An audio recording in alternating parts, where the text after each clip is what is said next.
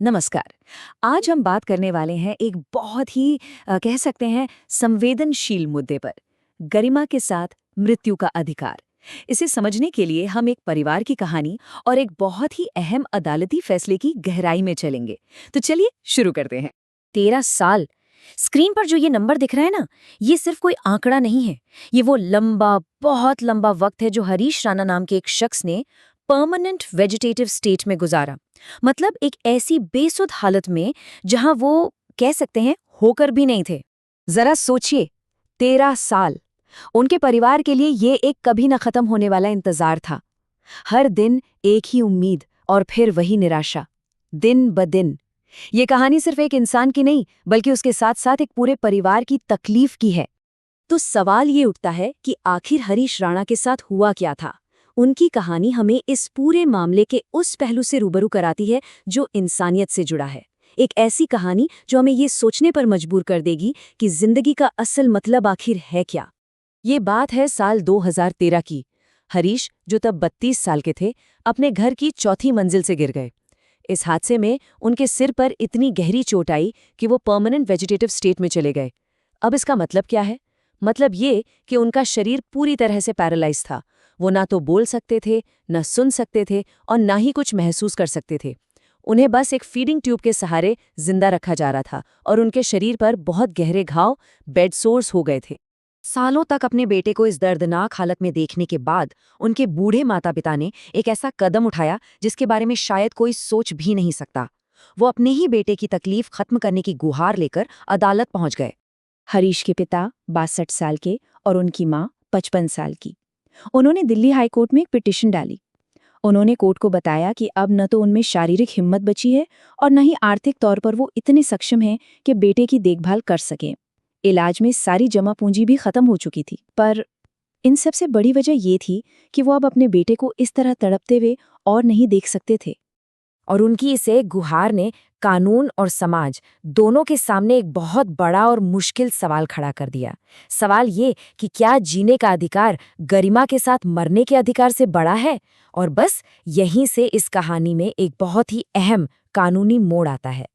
तो कोर्ट ने मामले की तह तक जाने के लिए डॉक्टरों का एक मेडिकल बोर्ड बनाया।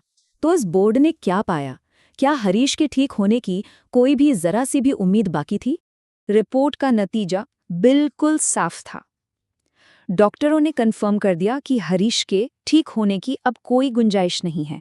वो सिर्फ मशीनों और ट्यूब्स के सहारे सांस तो ले रहे थे, लेकिन उनका शरीर और दिमाग अब कभी वापस अपनी पहली वाली हालत में नहीं आ सकते थे।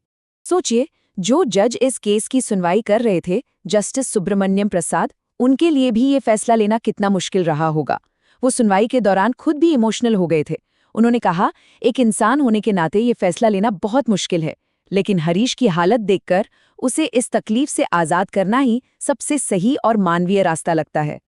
और आखिरकार दिल्ली हाईकोर्ट ने वो फैसला सुनाया जो आने वाले वक्त के लिए एक नज़ीर बन गया। कोर्ट ने हरीश को गरिमा के साथ दुनिया से जाने की इजाज़त दे दी। कोर्ट ने आदेश दिया कि उनकी फीडिंग ट्यूब हटा दी जाए ताकि उनकी तकलीफ खत्म हो और वो कुदरती तौर पर इस दुनिया से विदा ले सकें। हरीश राणा का ये जो मामला है, ये हमें भारत में पैसिव यूथनेशिया के कानून को समझने का एक मौका देता है। तो आखिर ये पैसिव यूथनेशिया होता क्या है और इंडिया में इसका कानून क्या कहता है? चलिए अब जरा इस पर नजर डालते हैं। देखिए, पैसिव यूथनेशिया का सीधा सा मतलब है कि जब कोई मरीज एक ऐसी स्टेज पर पहुंच जाए जहां से उसके ठीक होने की कोई उम्मीद ना हो, तो उसका लाइफ सपोर्ट सिस्टम, जैसे कि वेंटिलेटर हुआ या फीडिंग ट्यूब, हटा लिया जाता है और इसके बाद उस इंसान की मौत प्राकृतिक तरीके से हो जाती है। इस मामले में साल 2018 भारत के लिए बहुत बड़ा साल था। जैसा कि इस टाइमलाइन में दिख रहा है, सुप्रीम कोर्ट ने एक ऐतिहासिक फैसले में गरिमा के साथ मरने के अधिकार को, यानी right to die with dignity को मान्यता दी। और इसी फैसले के बाद परमानेंट वेजिटेटिव स्टेट वाले मरीजों के लिए पैसिव यूथनेशिया को लीगली अलाउ कर दिया गया। अच्छा, यहाँ एक बात समझनी बहुत ज़रूरी है कि पैसिव और एक्टिव यूथनेशिया में फ़र्क क्या है। इस टेबल में ये बिल्कुल साफ है। पैसिव यूथनेशिया में लाइफ सपोर्ट सिर्फ हटाया जाता है जो भारत में लीगल है।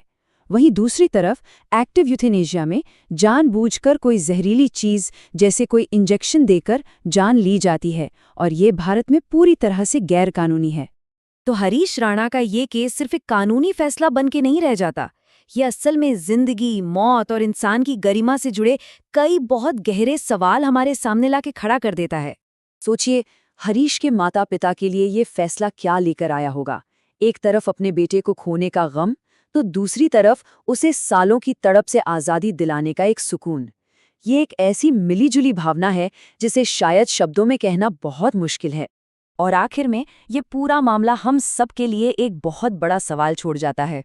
क्या जिंदगी का मतलब सिर्फ सांसें चलते रहना है या फिर गरिमा के साथ जीना है? इस सवाल का कोई आसान जवाब शायद नहीं है, लेकिन इस पर सोचना हम सब के लिए यकीनन बहुत जरूरी है।